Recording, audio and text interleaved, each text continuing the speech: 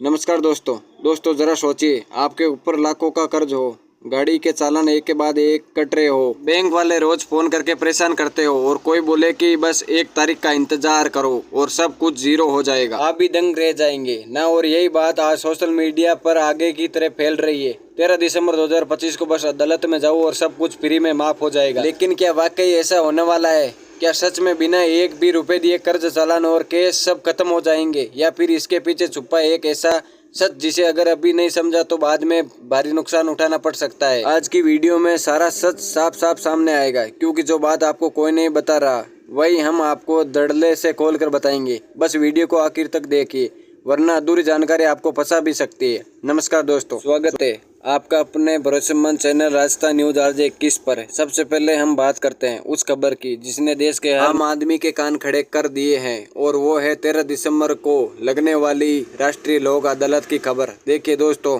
हमारे देश में न्याय व्यवस्था बहुत बड़ी है और मुकदमे उससे भी ज्यादा है। तो ऐसे में अदालतों पर बोझ कम करने के लिए समय समय पर लोक अदालत का आयोजन किया जाता है, और इस बार ये आयोजन 13 दिसंबर को पूरे भारत स्तर पर किया जा रहा है, जिसमें हम नेशनल लोक अदालत कहते हैं। अब यहाँ पर जो सबसे बड़ा भ्रम फैलाया गया है वो ये है कि यहाँ पर सब कुछ फ्री होने वाला है, यहाँ पे माफी मिलने वाली है। लेकिन आपको ये समझाना होगा कि लोक अदालत का असली मतलब माफी नहीं बल्कि समझौता होता है। मैं आपको एक उदाहरण देकर समझाता हूँ। मान लीजिए कि आप एक आम नागरिक है और जाने अनजाने में ट्रैफिक के नियमों का पालन न करने की वजह से आपकी गाड़ी पर कई सारे चालान कट गए, और आज की तारीख में उन चालान की कुल रकम 20,000 या 30,000 हो गई। अब आप भी जानते हैं कि एक मध्यम वर्गीय परिवार के आदमी के लिए एक साथ 30,000 भरना कितना मुश्किल काम है। तो ऐसे में वे आदमी कोर्ट के चक्कर काटने से डरता है और चालान जमा नहीं करता। अब सरकार और कोर्ट ये चाहते हैं कि ये मामले लटके ना रहे, इसलिए लोक अदालत लगाई जाती है। जब आप 13 सितंबर को वहाँ जाएंगे तो ऐसा बिल्कुल नहीं होगा कि जज साहब आपको देखेंगे और कहेंगे कि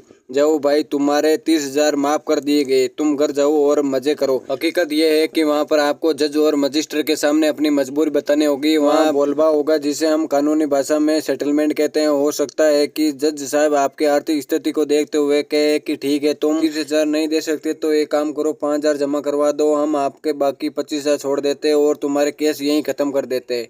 तो दोस्तों, इसे माफी नहीं कहते, इसे समझौता कहते हैं, जिसमें आपको कुछ ना कुछ पैसा तो देना ही पड़ेगा। ये बात अपने दिमाग में अच्छे से बैठा लीजिए। इसी तरह का मामला बैंक लोन का भी होता है, जो कि एक बहुत बड़ी समस्या है। आज के समय में बहुत से लोगों ने पर्सनल लोन ले रखा है, या क्रेडिट कार्ड का बिल बकाया, या फिर खेती किसान का लोन है, और किसी वजह से नौकरी छूट जाने से या फसल खराब हो जाने से वे पैसा वापस नहीं कर पा रहे हैं। बैंक वाले रोज फोन करके परेशान करते हैं और रिकवरी एजेंट घर पर आते हैं, जिससे समाज में बदनामी का डर बना रहता है। ऐसे में लोक अदालत एक वरदान साबित हो सकती है, लेकिन यहाँ भी वही नियम लागू होता है कि पूरा कर्ज माफ नहीं होगा। जब आप लोक अदालत में जाते हो तो बैंक के अधिकारी भी वहाँ मौजूद होते हैं, और बैंक का भी यही सोचना होता है कि जो खाता NPA हो गया है, यानी जिसे 1 रुपए भी नहीं आ रहा है, वहाँ से अगर थोड़ा बहुत पैसा भी वापस मिल जाए तो बेहतर है। तो वहाँ टेबल पर आमने सामने बैठकर बात होती है कि भाई, मैंने 1 लाख का लोन लिया था, लेकिन अब मेरी हालात ऐसी नहीं है कि मैं ब्याज समेत 1.5 लाख चुका सकूं। तो बैंक वाले आपसे सहमति से कह सकते हैं कि ठीक है, तो मूल रकम का एक हिस्सा दे दो या फिर ब्याज माफ करवा लो और खाता बंद करो। इससे आपको फायदा ये होता है कि आपको NOC मिल जाती है और आपका सिविल स्कोर जो खराब हो रहा था वो आगे चलकर ठीक हो सकता है। और सबसे बड़ी बात, आपको मानसिक शांति मिल जाती है। इसके अलावा बिजली के बिल और पानी के बिल के झगड़े या फिर छोटे मोटे पारिवारिक विवाद भी यहाँ सुलझाए जाते हैं। लेकिन हर जगह नियम वही है कि दोनों पक्षों को थोड़ा झुकना पड़ता है और एक बीच का रास्ता निकालना पड़ता है। अब एक और बहुत जरूरी बात जो आपको कोई नहीं बता रहा है वो ये है कि 13 दिसंबर को वहाँ जाने का तरीका क्या है। दोस्तों, हमारे देश की आबादी बहुत ज्यादा है और चालान और मुकदमे की संख्या करोड़ों में है। तो अगर हर कोई बिना किसी तैयारी के 13 दिसंबर को सुबह सुबह कोर्ट पहुँच जाएगा तो वहाँ इतनी भीड़ हो जाएगी कि पैर रखने की जगह नहीं मिलेगी और भगदड़ मच सकती है। इसलिए प्रशासन ने इसके लिए एक व्यवस्था बनाई गई है।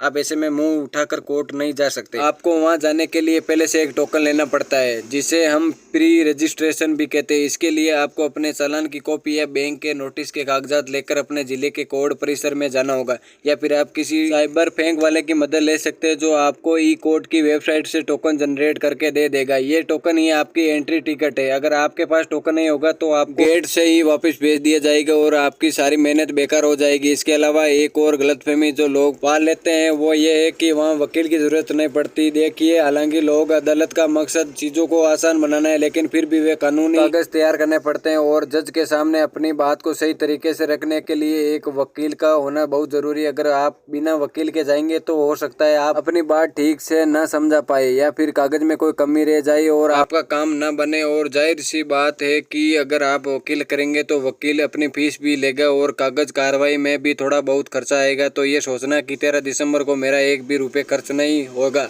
और सारे काम हो जाएंगे, ये पूरी तरह से गलत है। आपको अपनी जेब में वकीलों की फीस और समझौते की रकम लेकर जाना होगा, तभी आपका काम बनेगा। तो कुल मिलाकर बात यह है कि 13 दिसंबर एक बहुत अच्छा मौका है अपने पुराने विवादों को निपटाने का और सिर दर्द खत्म करने का, लेकिन इसे जादुई तारीख मानकर खाली हाथ मत चले जाइएगा। पूरी तैयारी और पूरी जानकारी के साथ ही घर से निकलिएगा। मैंने कोशिश की है कि आपको 13 दिसंबर को लोक अदालत की पूरी प्रक्रिया समझा सकूं, ताकि आप किसी के बहकावे में न आए और अपने पैसे और समय की बचत कर सके। याद रखिएगा कि अदालत समझौते के लिए, जादू के लिए नहीं, और वहां जाने से पहले वकील और टोकन का इंतजाम जरूर कर ले।